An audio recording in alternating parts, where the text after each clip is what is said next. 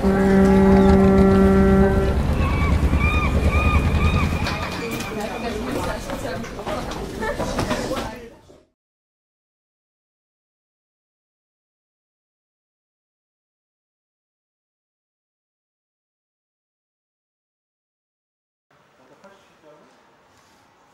kişilik yer var arkadaşlar burada. Buyurun efendim. Are these all your own students? No, no. There are also guests from different universities. Because they don't want to come. Those people standing back there. Dear students, dear colleagues and dear guests, I welcome you all to Istanbul ŞEHİR University and to the second meeting of the ŞEHİR Talks.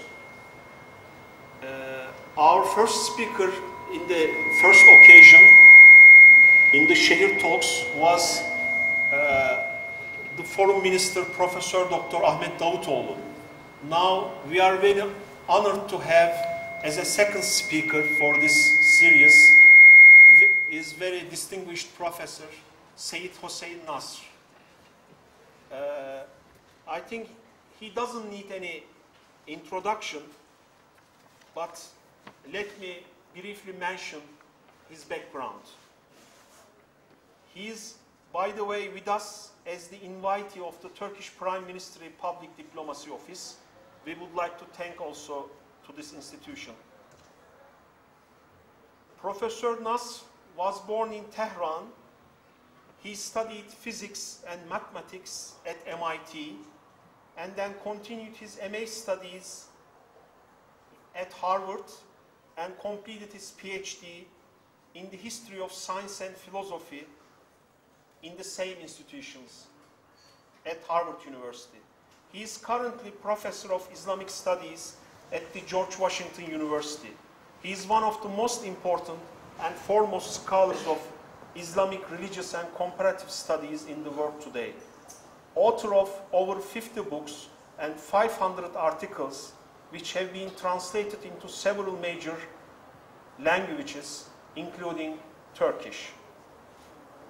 Today, he will share his opinions and evaluations on the concepts of knowledge, civilization, and university. Professor Nasr, floor is yours. Thank you.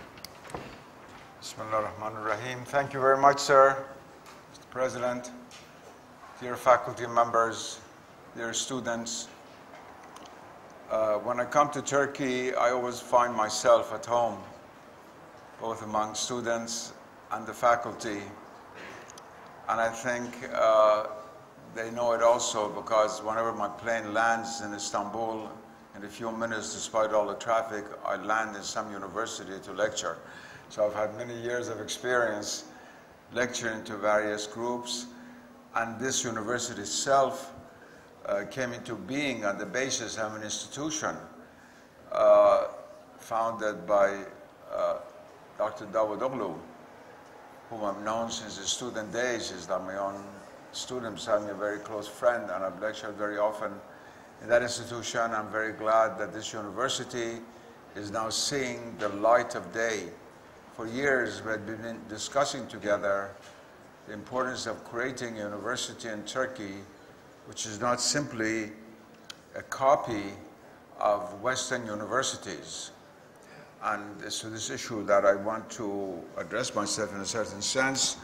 The topic of my lecture, knowledge, civilization, and the university, was not chosen by me, but by Dr. Ibrahim Kalin of the Prime Minister's office. Also one of my very best Turkish students and scholars and now of Islamic thought living in Turkey, and I suppose by the university, and so I shall of course address myself to the issue chosen by you, and it's a very, very important one. The order knowledge, civilization, and university, I shall reverse a little bit and start at the end with the university. And all my comments today are tailored specifically to the Turkish audience.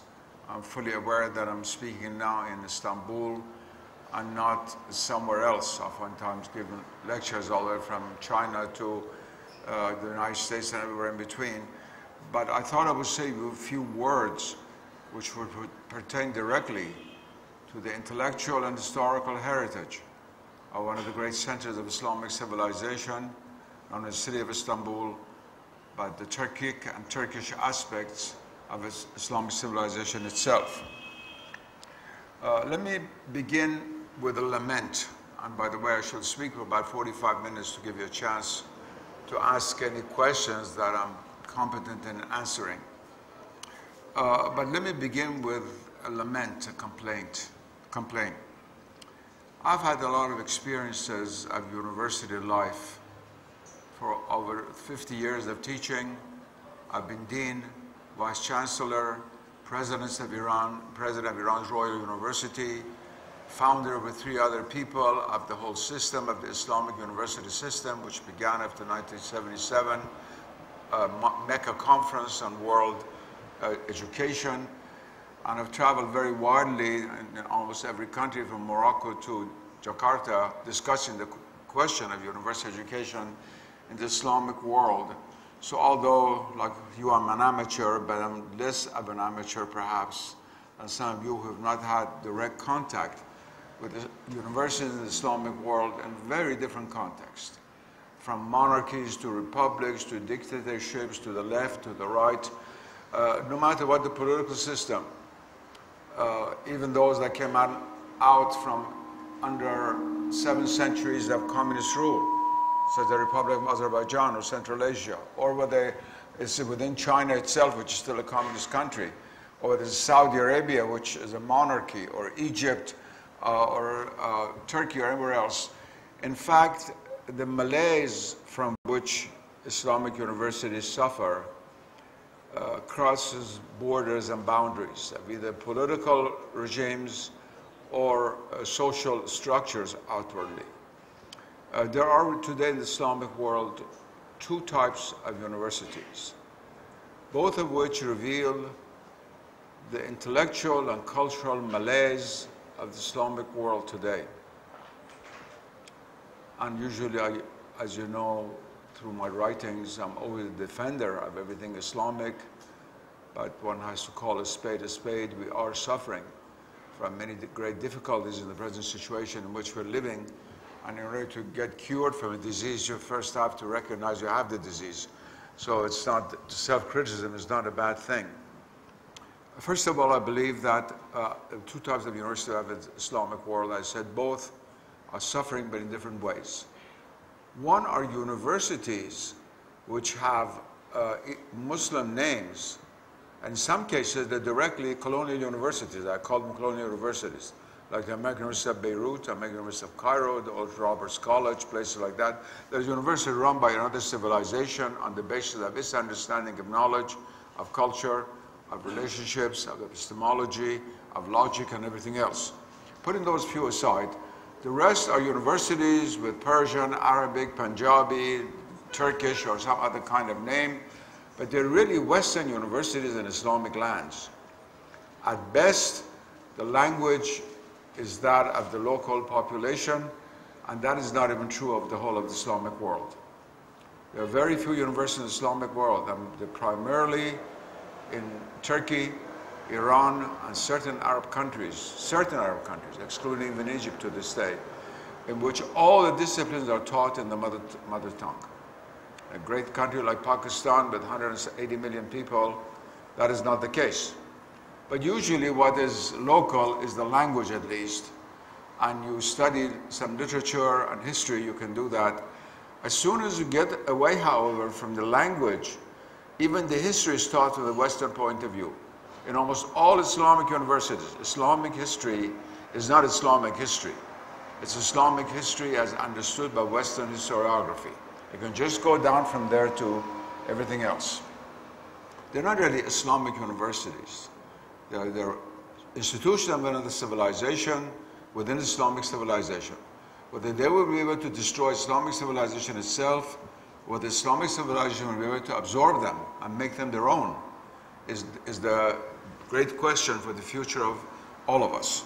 The second type of institutions are authentic Islamic universities, which we call madrasas, not to be confused with Quranic schools, which are called maktab.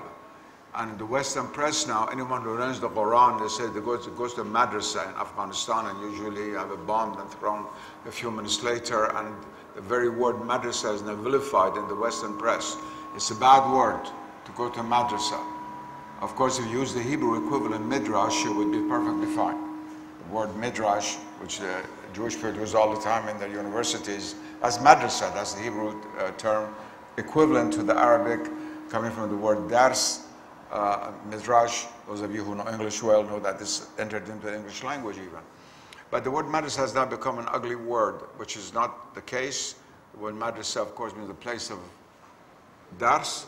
Dars means learning, lesson, and is a word that came into all Islamic languages from Arabic, and Islam developed very rapidly, more rapidly than any other civilization historically, its own educational system. We talk about Christian educational system. How long did it take from the time of Christ? We will not talk about what happened at the end of his life. We and the Christians differ. One from the time he was born. How long did it take before you had a Christian educational system? Not even in Constantinople, this city founded by Constantine, was their Christian educational system. It took about 8-9 centuries, 8-9 centuries, before you had a Christian educational system. And it did not become total until the 11th century when they copied what the Muslims were doing in Iberia. Islam already by the 1st century had an educational system. And by the 2nd century had universities. It's a quite remarkable achievement. Only 150 years after the rise of Islam, you already have university systems. Now, whether borrowed from Jund Shapur in pre-Islamic Iran, or the Academia of Plato, or the Lyceum of Aristotle, and Museum in Alexandria, and all of these things, I will not get into that. Islam was very open to emulating models from different places, but they weren't, our ancestors were not like us. They emulated, but they did not simply copy. They did not regurgitate. They were not imitation. It was integration. And so by the 2nd century, you had new forms of institutions, which were called the madrasa, and the great ones, like in Baghdad, the Bayt al-Hikmah, changed human history. They changed human history by the translations that came from Greek and Pahlavi and Sanskrit into Arabic, and from there into Latin, and the rise of Western science and Western technology, which finally dominated over the world, and here we are.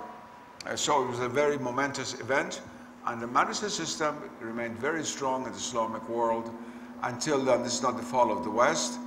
There was an inner sort of shriveling of the curriculum that occurred especially in the Arab world, much more than in Persia, Turkey, the Turkish part of the Ottoman world, and Muslim India, especially in the Arab world, began to shrivel. So if you were at the most important madrasa in the Sunni world, that is Al-Azhar University, in the 14th century, 13th century of the Christian era, 7th Islamic century, the 8th century, you could study astronomy, logic, mathematics, medicine. If you went to the same university 200 years later, those subjects were no longer taught. They did not disappear immediately, but they dropped off from the curriculum. We did not have any Azharite sheikhs who were mathematicians in the 10th Islamic century, whereas you had 2-3 centuries earlier. In the rest of the Islamic world, the non-Arabic Islamic world, the Persian, the Turkic part, and Turkish part, both Central Asia and Turkey, of the Ottoman world and Central Asian part of most of the Persian world, and Muslim India, the madaris continued on a larger scale, that they're teaching disciplines which were not only religious disciplines in the modern sense. They were not ulum al-manqul, as we say in Arabic, transmitted sciences, but the ma'qulat in Arabic, that is the intellectual sciences. But gradually that also began to shrivel, that is to gradually decrease in spectrum, in vision, but not so rapidly. In the 17th century, you could study in India, or here in Istanbul, you could study astronomy in certain madrasas. You all know that better than I do. I should not say that, but perhaps some of you do not know the history of Ottoman astronomy so well. It's quite remarkable that very late, very, very late, when Taqiyuddin made his observatory here in Istanbul, you could study astronomy in certain madrasas here in Istanbul. You could not study in Cairo. But it survived into the 18th, 17th, 18th centuries, and it coincided exactly with the onslaught of Western learning. And Western learning didn't come as the first part of the onslaught. The sword came, and making money. The British tea company that wanted to make money that first came into India, not to bring Shakespeare into India. There was the colonization that came through the India Tea Company, and we all know the Napoleonic invasion of Cairo in 1798 and all the other events that occurred in North Africa, and only the heartland of the Islamic world remained. The Ottoman world and Persia remained not formally colonized, by seeing what was happening, that the Europeans had better guns, that they had better this, better that the Ottomans and followed by the Persians tried to emulate what they were doing, and so it began to get the onslaught of Western learning and science and education, coinciding exactly at the same time with this narrowing of the gauge of the madrasa systems. One of the greatest tragedies that occurred in the Islamic world was precisely that what happened in Europe in the 11th and 12th century did not occur in the Islamic world. Europe in the 11th and 12th century copied the madrasa system of Islam. Still today, you say licence in French for a bachelor's degree. That's the word ijaza translated into Latin.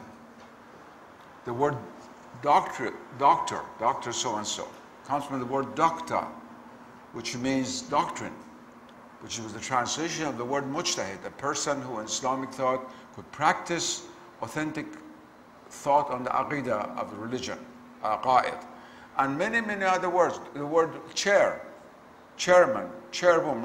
What is the word chair? What does that have to do with it? Chair of the department.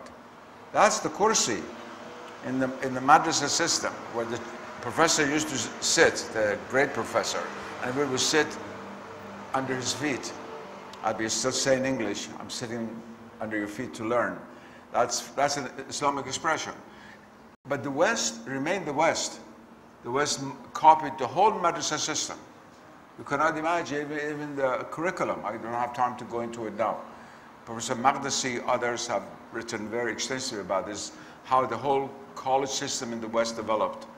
The college comes from the word kulliyat, from Arabic. And the curriculum and the books taught and so forth and so on. But the institutions remained Western Christian institutions. They were run by the church, and I always said to 100 people, many of them heads of state in the Islamic world, it's very interesting that in the Middle Ages, the professors in Europe copied the abaya of Muslim learned men, of the ulama, but they did not put on their turban. The square hats they put on were those of the Christian church, whereas we did just the reverse. As soon as we adopted Western University, we put on not only the Western garb, but the Western hat. The first thing we threw away was our own hat. This is a very, very telling matter. Now, a few universities, I know Islamic University in Islamabad and some other places are now trying to at least to change that. After people like myself have been shouting for such a long time how silly it is to put on the hat of bishops, these square hats that we put on in the middle of Tehran or Istanbul, but here we are. That's what we're doing. So we put ourselves in a very, very strange situation in which we are totally colonized when it comes to the field of knowledge, but belonging to a civilization which itself was preeminent in the production of knowledge for centuries, between the 8th Islamic century, put aside literature and philosophy and everything, just hard science, astronomy, mathematics, medicine, things like that. From the 8th Christian century, the 2nd Islamic century, until the 15th century is 700 years. During those 700 years, Islamic civilization produced more science than any civilization in the world. By the 15th century, the West caught up. In the 14th century already, Islamic astronomy was much more advanced than Western astronomy. And the Western astronomy that was at that time being taught in places like Bologna or Montpellier or places like that in Western universities was more or less this astronomy of Seyyid Huseyin and Biruni and people like that, of the Islamic astronomers. So it's a long period of time. Long period of time. We're not in the same situation as, let's say, Congo or some other African civilization, which had another form of civilization. I'm trying to criticize it, but did not have an intellectual, scientific world of knowledge, which was part and parcel of the civilization for such a long time, and now it's trying to adopt Western things. That is, it can begin with a tabula rasa, with a white tablet, as they say, and what tabula rasa in Latin simply means a board on which nothing is written, a clear sheet of paper on which you can write anything. We can only come into this field with something already written on it. And if you try to negate 7 centuries of our preeminence in science and 10 centuries of philosophy and logic, there were works being written on Islamic logic and philosophy in the 18th century, which are just as important as Kant and Hegel and anybody else in Germany. If you take all of that into consideration, we realize that we have a much, much more difficult task of being able to preserve our civilization while reviving knowledge and having universities which are not simply like Cadillacs being driven in Tehran or Istanbul, cars copied from the West but just happen to be driven by us. Those are not Turkish cars or Persian cars or Arabic cars. The Western cars have been made by us and driven on those roads. They're not creations of our civilization. They're not like the Sultan Ahmad Mosque. The architecture of this building is not Islamic architecture. It might be contemporary Turkish architecture, which is in Turkey, but it's not Islamic architecture. Islamic architecture has its own principles. Has created some of the greatest art in the world in every different form. So we have a very momentous task before us. The present-day Islamic intelligentsia, which is very difficult because of the educational crisis. The Marxism did not disappear from all lands. Turkey closed them all after the Republic began and created Imam Khatib University schools and other ways. Imam Khatib, excuse me, Khatib is in Turkish. Imam Khatib schools in Arabic. But in most other countries, Iran, Egypt, I mean the great centers of Islamic civilization, the Marxism continued. But on a much narrower base. We kept training ulama, who were wonderful scholars, many of them wonderful human beings, but they did not know a thing about Western science and the challenges which Western civilization brought. And by the time they began to realize it, it was late in the day. We have not been able, our educational system has not been able to create people whom in Arabic would be called dhu janbatain, that is possessing both sides. People who are at home in the writings of Ibn Sina as well as Alfred North Whitehead. People who know the West in depth, but who know it as Muslim thinkers, not as second-rate Westerners. So on the one hand, we continue to produce ulama who knew the Sharia, who knew tafsir, who knew hadith, who knew kalam. I will not take your time, all the other religious sciences. They survived, we didn't die out. Islam remains a very vibrant and strong religion in the world. Contrast to what many people think, because its own intellectual life was not totally destroyed by any means.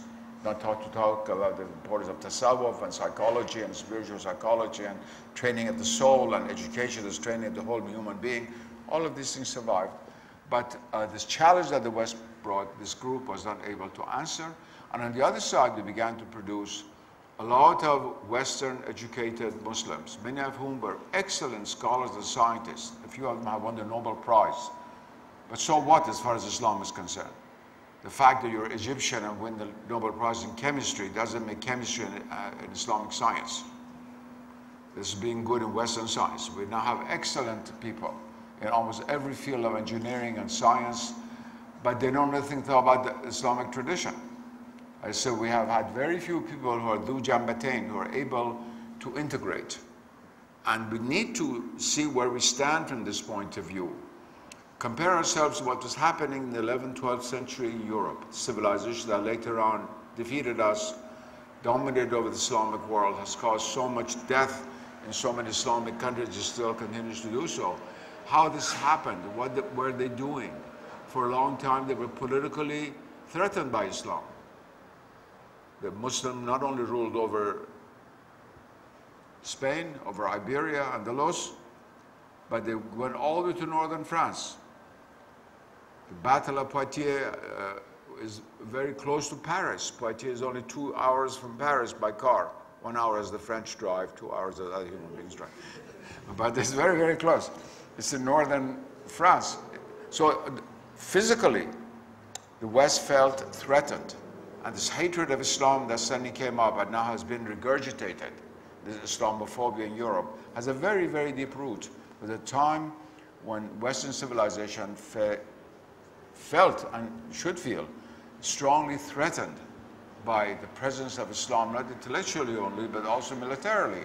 And a few centuries later from Eastern Europe, when Suleiman the Great, Suleiman the Magnificent, almost took over Vienna, got to the walls of Vienna. And the Turks made a great contribution at the time by allowing the Europeans to eat croissant. There's a Turkish audience should at least know why the croissant exists.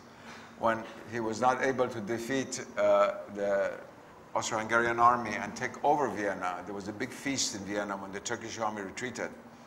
And the king ordered the bakers to make the Turkish crescent, the Islamic crescent, which was the part of the Ottoman flag, as bread, and everybody would eat it. Now, that's the origin of the croissant.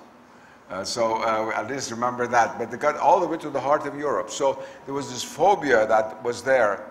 And as you know, today, in the middle of Europe, it's like sitting in Switzerland in a park, and a child runs away from his mother.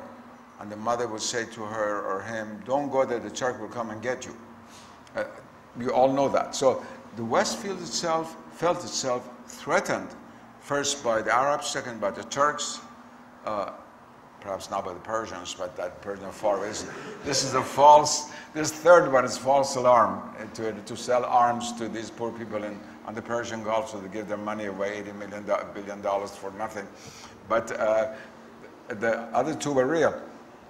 But the West, we copy the West all the time, but usually much of it is wrong. Some of it is not. Some of it is fine, but most of it do it the wrong way for wrong reasons. But we don't pay attention to this one point, that when it came to the question of university and knowledge, the West did not simply copy and imitate the Islamic model as if it didn't exist. It copied it as if it were alive.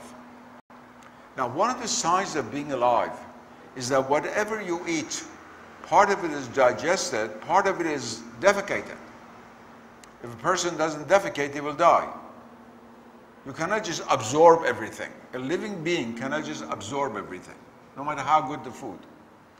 Part of it is taken over by the body, part of it is rejected. And if you just eat everything and don't reject anything, you die. And the lesson of the West at that time was really, to a large extent, this, that they took a tremendous amount from the Islamic world. And when the Renaissance came, they tried not to show this. You must all know that it was not the Middle Ages. The Renaissance hated Islam much more than the Middle Ages.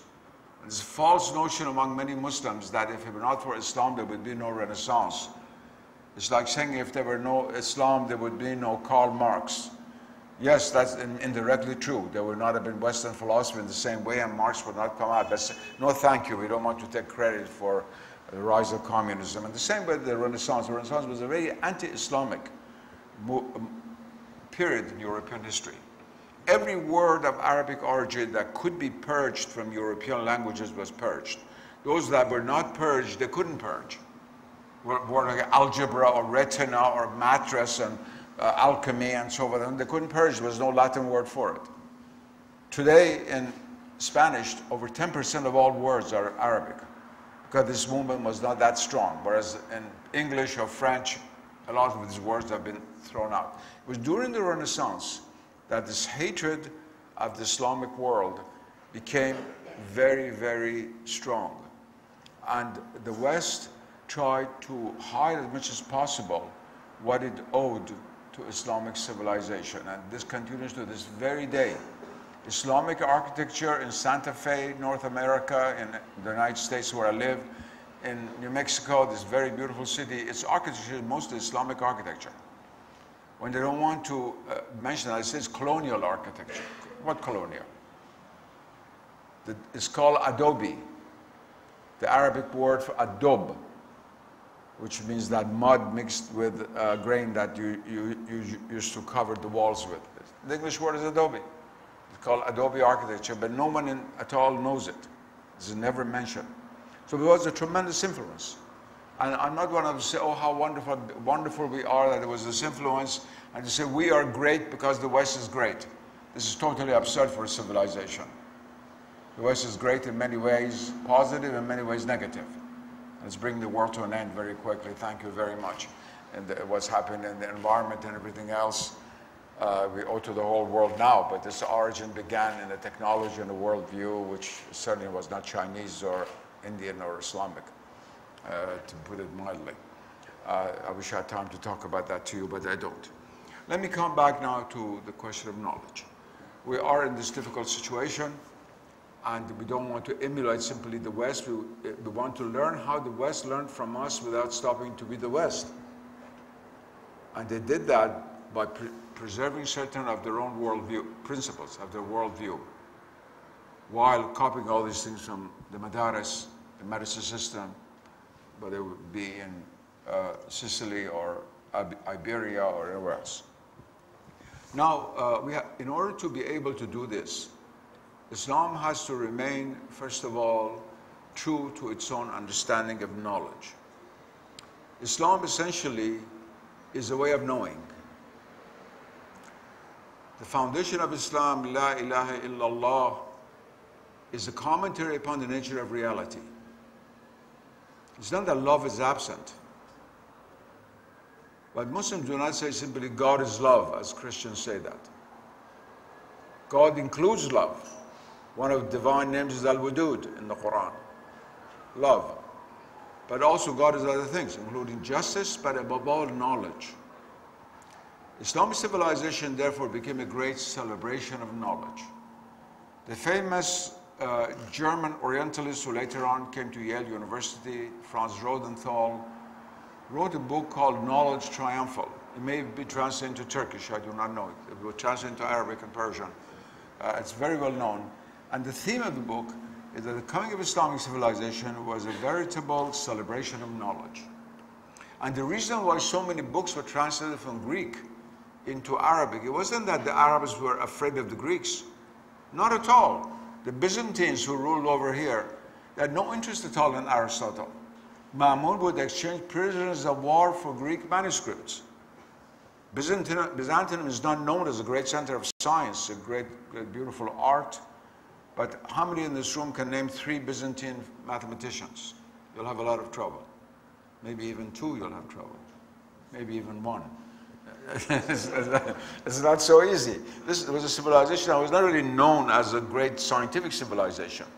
But Islam could not neglect or ignore the presence of Greek learning. Because Aristotle, Plato, Euclid, Ptolemy, these people had a statement about the nature of reality. The message was about knowledge.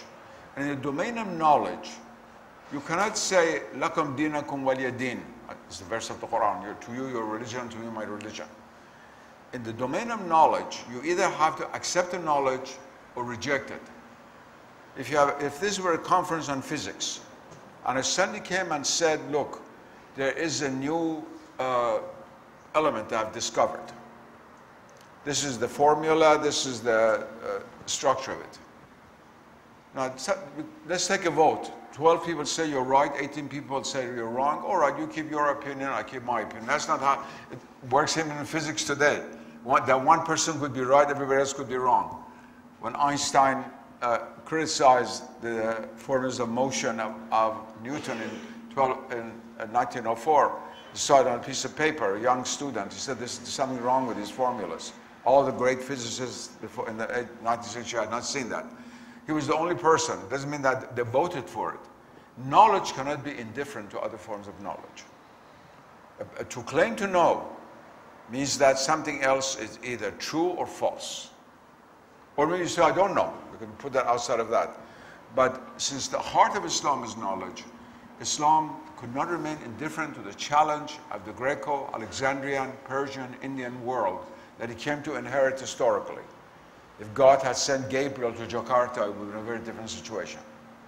But he sent me to Mecca, and Islam spread from that part of the world into the Mediterranean world, and it inherited that knowledge. And now we have the same problem.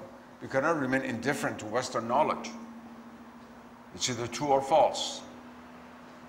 And we had very, very, very few Muslim critics of the Western worldview. Extremely few, because we had very few people who really know the West in depth. A lot of people who think they know. You produce an army of people who write their PhD thesis on Kant or someone like that in all Islamic universities. Every year there's that many, or on some other person. But to really be a scholar of the West as a Muslim thinker, not absorbed in the West, that's very rare. And that's what knowledge today implies. Because, first of all, in Islam, there is no separation between sacred and profane knowledge. Manqul and maqul, which we used to use in our universities, that transmitted sciences and intellectual sciences, so it doesn't mean rational, it doesn't mean rationalistic. The maqulat included Islamic philosophy, which does pure rationalism by any means. This is my own field that I work on this, or even the sciences, mathematics. If you read the philosophy of mathematics of Islamic mathematicians, that's not just rationalism. So ma'qul does not here mean rationalistic, it means intellectual. There is no distinction in Islam between sacred science and profane science, or secular science. We don't have a word for it. Ultimately, all authentic knowledge is sacred. God is Al-Alim, He's the knower. And it's by virtue of this divine name that anyone knows anything. Whether that person confirms that or not is something else. The fact that I know my watch tells me I have to stop very soon, I do have to stop very soon, does not mean that this knowledge itself is just secular knowledge from the Islamic point of view. So first of all, begin with the problem that we do not distinguish between the two. We do not have the same modus vivendi like the Catholic Church, that when the Galilean revolution and the science came about and the Galilean trials were held. So, all right, you talk about cosmology and science. I will not say anything more about it. I'll keep to purely religious matters, and the Catholic Church that did that for centuries until the environmental crisis began. Almost everybody began to attack Christianity for having caused the environmental crisis. Sunni Christian theologians became interested. When I produced the book Man and Nature, which criticized deeply what was going on and predict the environmental crisis. Since I was a Muslim, I was attacked very, very strongly by major Christian theologians. Why has he said so and so? Now they don't talk about that anymore. Everybody's interested in the environment. But during the 300-year period in between the trial of Galileo and what is happening today, Christianity could say, I don't care whether the world is round or trapezoid, or it's going this way or that way, you take care of that. My way is the love of God, the path of faith. Islam cannot do that. Islam cannot remove the primacy of knowledge. It cannot be a viable religion by ignoring knowledge in the deepest sense of the term. And therefore we have to rethink. We have to rethink what knowledge means. To rethink requires, first of all, to think. There's too few people who think. We need to think more. We are a thinking civilization. We've always been. We produce some of the greatest thinkers in the world. Or at least we should be ashamed of ourselves. That in the year 2000, if they name 50 great thinkers of the world in any newspaper or journal, the Islamic world practically skipped over. This is really a disgrace. Of course, alhamdulillah, we have iman, we have faith, but we have to think and we have to rethink this challenge of knowledge which causes us to create all these universities, like this university, the other university here and there, but very few of these universities really face this challenge. Islam's understanding of knowledge is based on both unity and hierarchy. There must be a unity to all forms of knowledge. This is something that the West has lost. In any Western university, the best of them, that's the Harvard University where I come from, You can take a course in philosophy from 10 to 11. You can take anthropology from 12 to 1. You can take chemistry from 4 to 5. History of art the next morning. They're like drawers in a closet. They have nothing to do with each other. Alfred North Whitehead, the great English philosopher, already alludes to that. This is not my saying, it's his saying.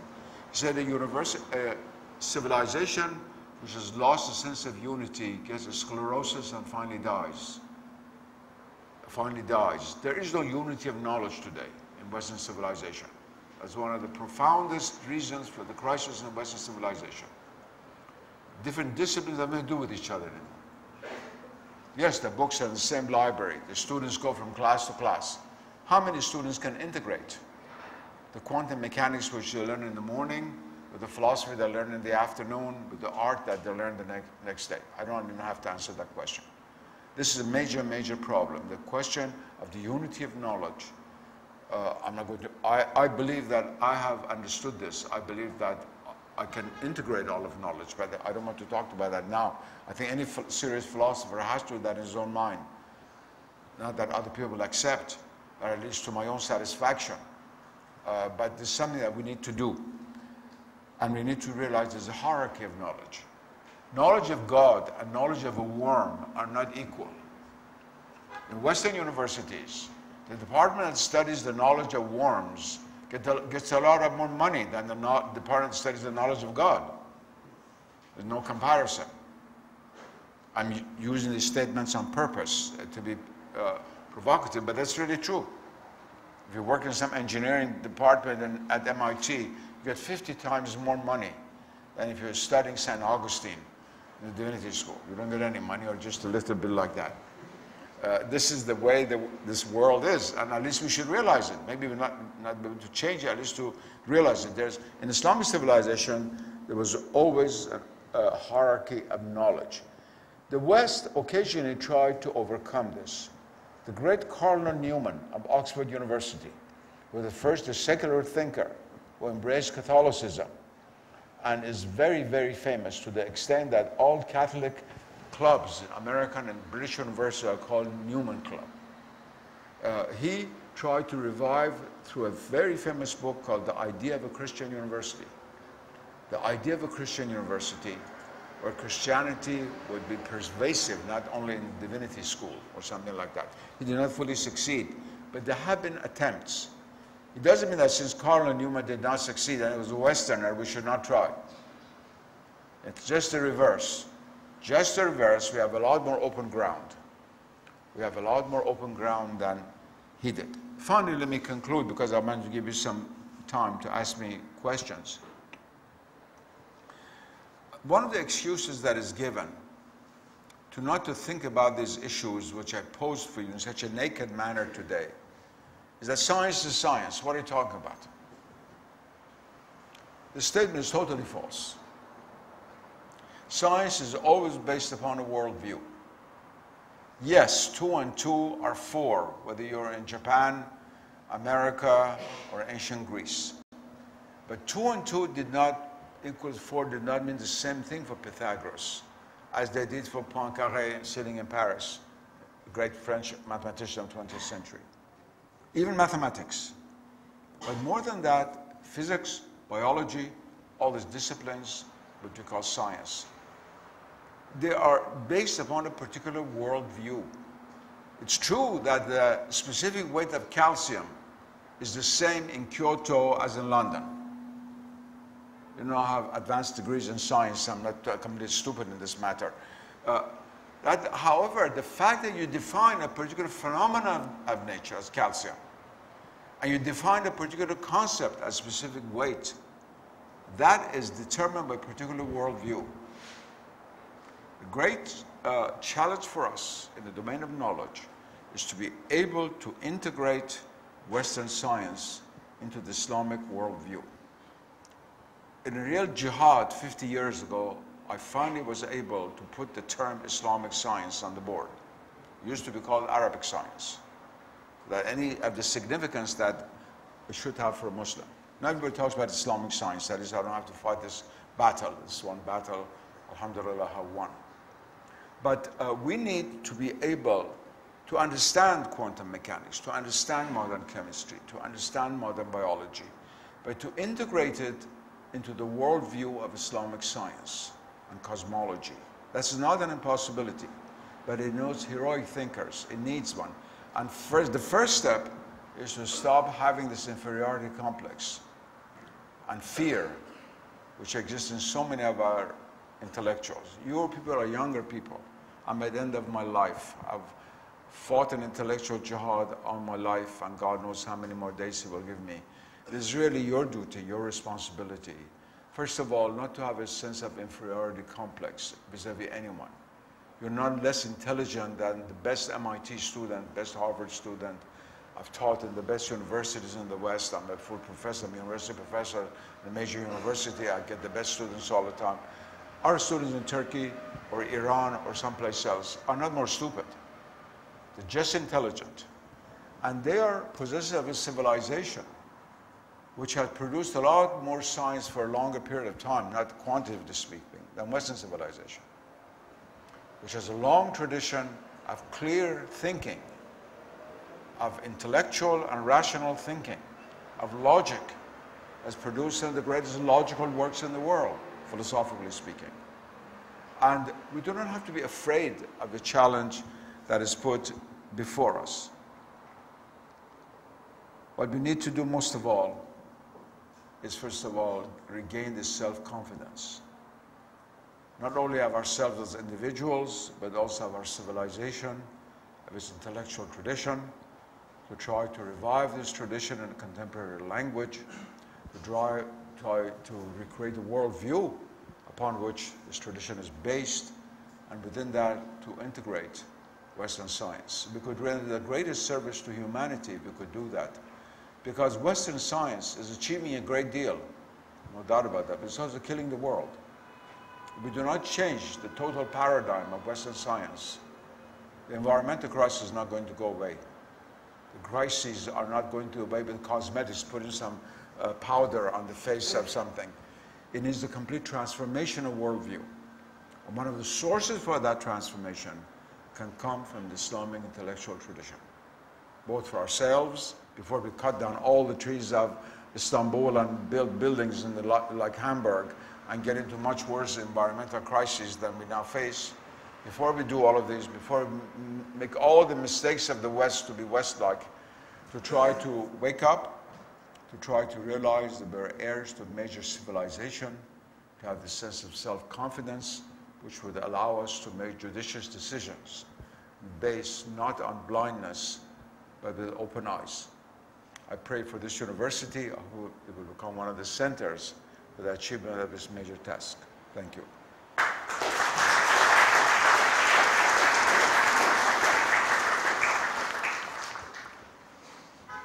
Now I'm open to questions for the next 15 minutes per order of the President. And I just hope it'll be questions that I'll be competent to answer. But anyway, I'll have a little secret. I'm 77 years old. I've never given a lecture in which I've not been able to answer a question. Maybe you can be the first one to break the ice.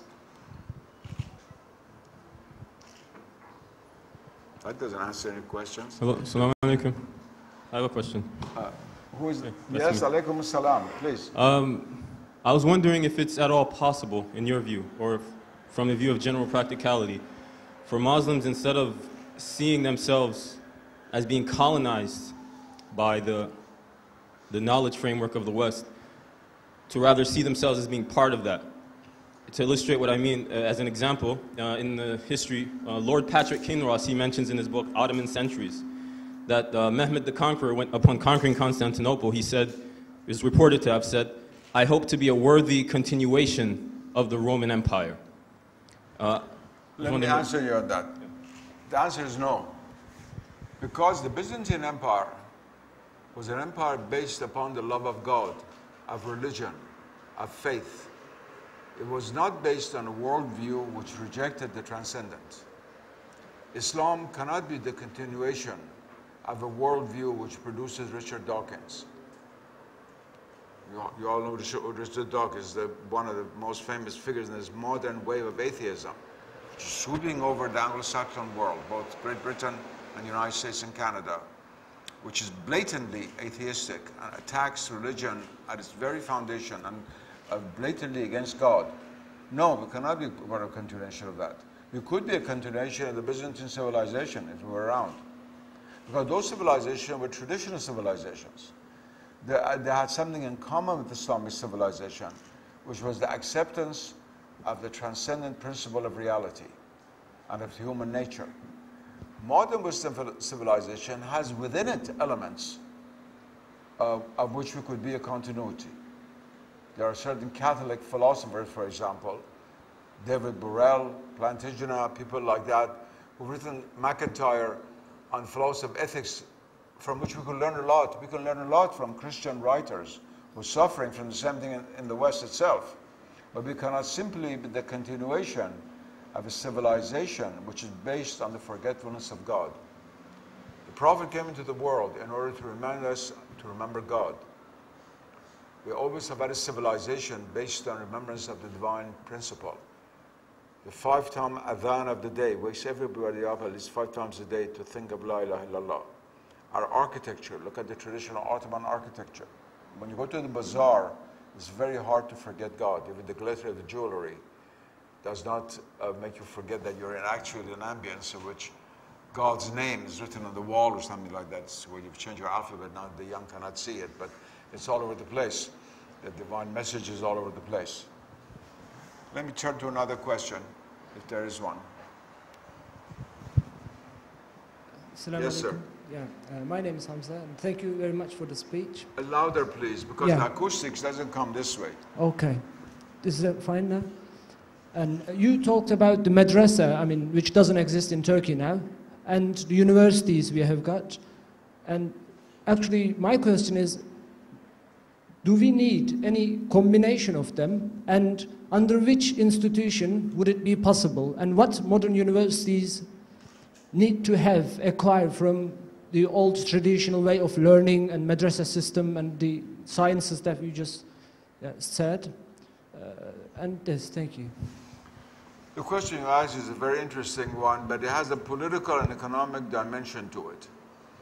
After the rise of nationalism and the establishment of Muslim governments, they're not really Islamic, but governments of the Islamic world, in most places they took over the waqf system of the madrasas. They put it under their own hand to be able to control everything. So the madrasas lost their intellectual independence.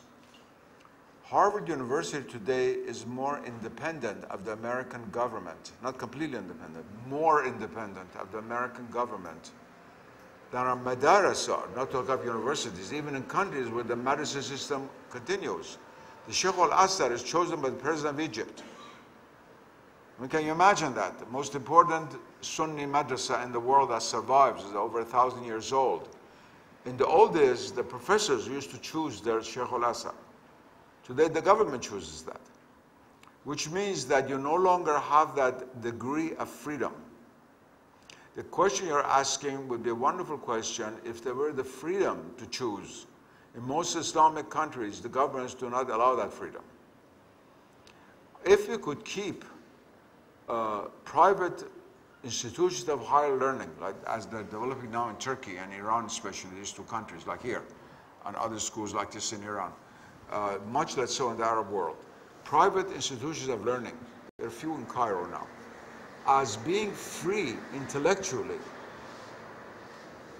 whether they want to be like the University of Freiburg or like the Nizamiya Neyshabur, they have the intellectual freedom, you would be able to be a lot more creative. The trouble is that your question is in a theoretical situation that doesn't exist in most Islamic countries. In most Islamic countries, the Minister of Education wants to dictate to all institutions of higher learning what to do. In Iran, the situation is somewhat better. With the coming of the Islamic Republic, the problem came out from the other side. Before the Islamic Republic, the madaris were independent of the Department of Education. And they received the money from the people.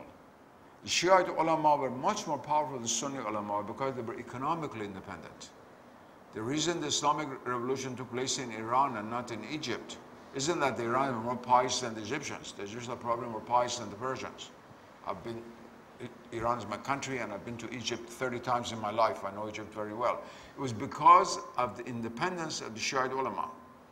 And they paid for the madaris. So Ayatollah Burujerdi, somebody like that, all the great madrasas of Qom were paid by him, not by the government. So it had a certain amount of independence. My father was the Minister of Education of Iran, was the founder of the modern educational system of Iran. I belong to an educational family. He could not dictate to the madrasas what to teach or what not to teach. But that's a unique case. Then with the Islamic Revolution, these madrasas got into trouble from another side. The government itself claimed to be Islamic, and therefore they wanted to dictate the curriculum of the madrasas. And the madrasas had to fight from the other side. Ayatollah Musavi Behbahani, people like that, were politically powerful, were fighting against the imposition of the Ministry of Education upon Qom of the Islamic Republic of Iran. It's a very interesting case in the history of contemporary Islamic education. But the main problem throughout the Islamic world is the lack of independence of institutions from governments.